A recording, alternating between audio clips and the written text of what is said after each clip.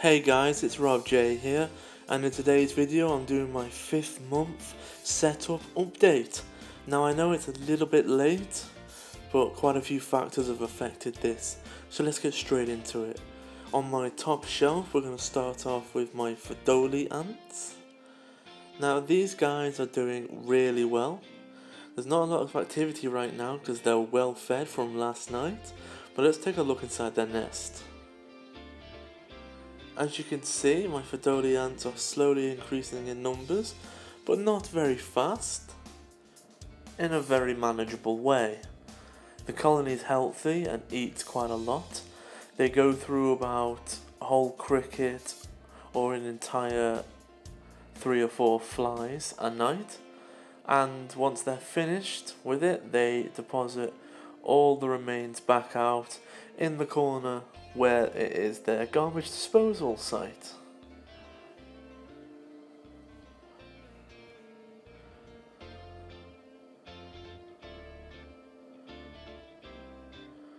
These ants are really nice to watch, and remember I just said they bring waste out. There you can see a fly carcass being carried out there by one of the workers. Very industrial species, I love them. Highly recommended. Moving along the top shelf, we have one of my Camponotus species. The reason that they're up so high is that there was a nice space on the shelf.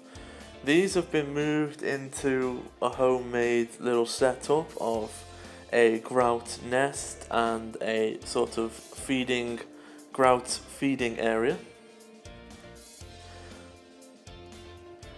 But the move has been very successful, and I've been able to keep a closer eye, make sure that they're feeding, and the queen's getting back on track now.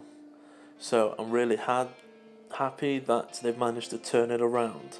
And finally, on the top shelf, we have my queenless colony, where they sadly lost their queen quite a few months back.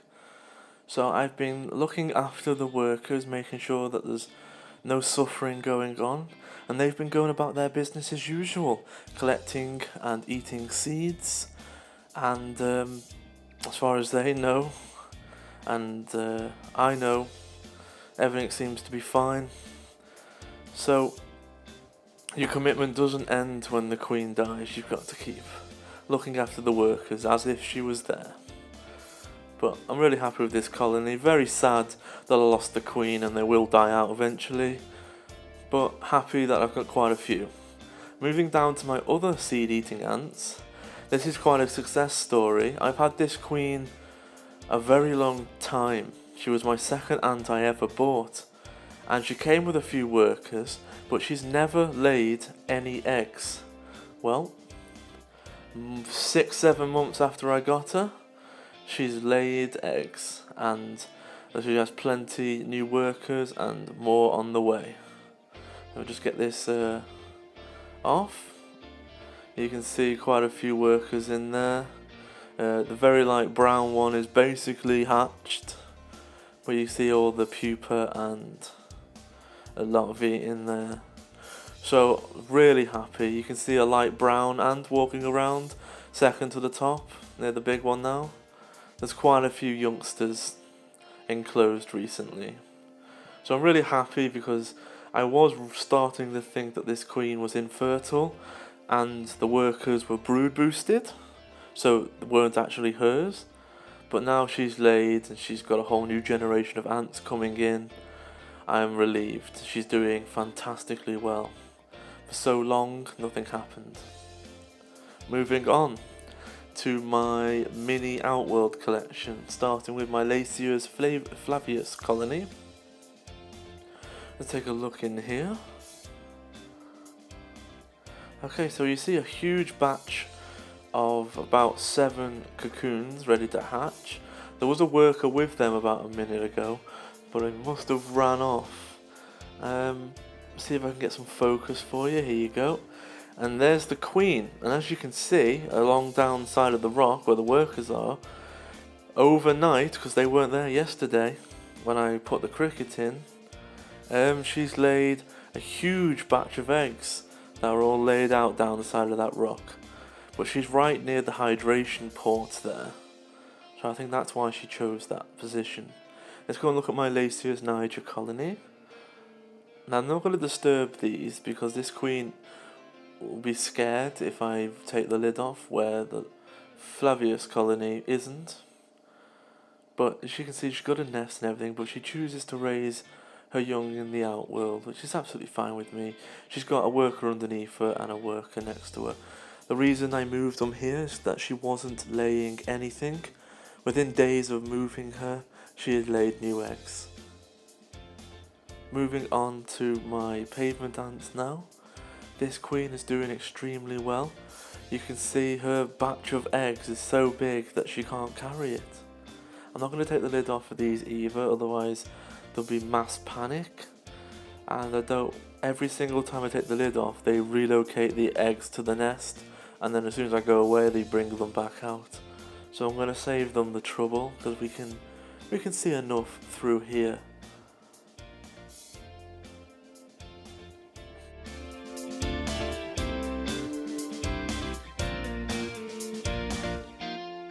Now we are one shelf down, and we're moving on to my Camponotus nicobarensis colony.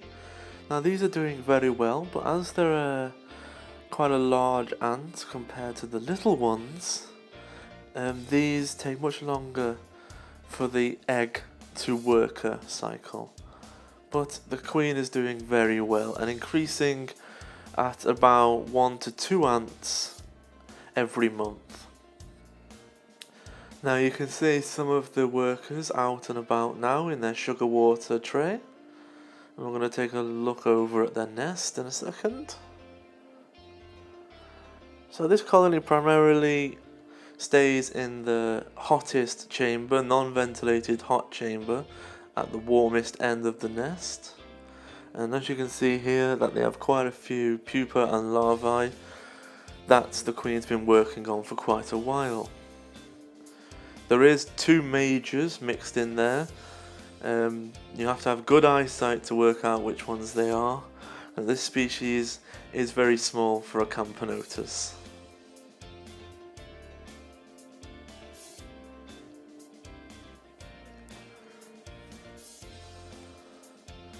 So, moving along the shelf to my newest ants. This is my Tetramorium colony that you might have seen a video on a few days ago, or them moving in. They are now fully settled in to a mix across the colony. They are in 2 chambers and the entrance hall. So we'll have a closer look now. If you're wondering what the sort of yellow stuff is in the first chamber, that is actually crushed walnut, which these ants absolutely love, and they've collected it from the outworld and brought it in. But I think they're feeding the larvae with it, so I'm happy that it's in there if they're making use of it.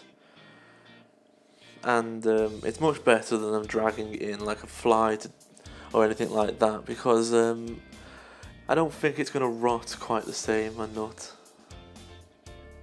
So that's them, and I'm really happy with this colony. There was quite a scare when they went missing in the post, but they turned up quite late, but thank God the queen and the majority of the colony was perfectly fine, as you saw in the move-in video. Now there's not a lot of activity in the outworld. Oh, there's a worker carrying a dead one there. I don't think they've established their dump site yet, so he doesn't know where to put anything. They are well fed at the moment. As you can see, there's a lot of activity in the nest, but nothing on the outside. Moving down to the bottom shelf now. This is my fire ant colony.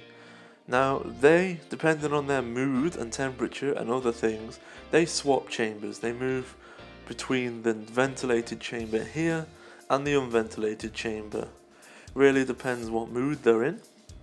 But as you can see here, they're quite nicely spread out, and you can see tons of larvae and maybe the odd pupa in there. Now we're going to take a closer look into their outworld. I'm afraid there's only one fire ant out at the moment, and he's in the sugar water.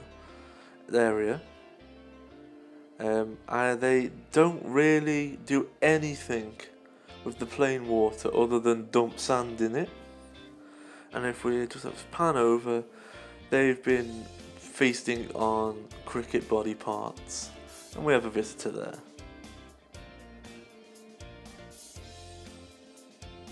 Although these are a stinging ant species, I would recommend them to anybody really.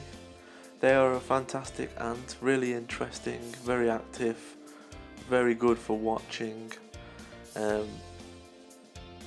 Highly recommend this species to anybody. Now finally, on the bottom shelf we have my large Camponotus species here. Now these are doing very well, but just like the other Camponotus species, there's only about 1 or 2 workers per month at the current rate, and these are very messy ants. The outworld clean as a fiddle, but the nest filled with rubbish, absolutely filled. They're very naughty ants, and every 3-4 months I have to go into the nest, if they like it or not, and clean a lot of the junk out. As you'll see in a second what I mean by junk. So here we go in the nest, and as you can see we have just dead rotten corpses everywhere.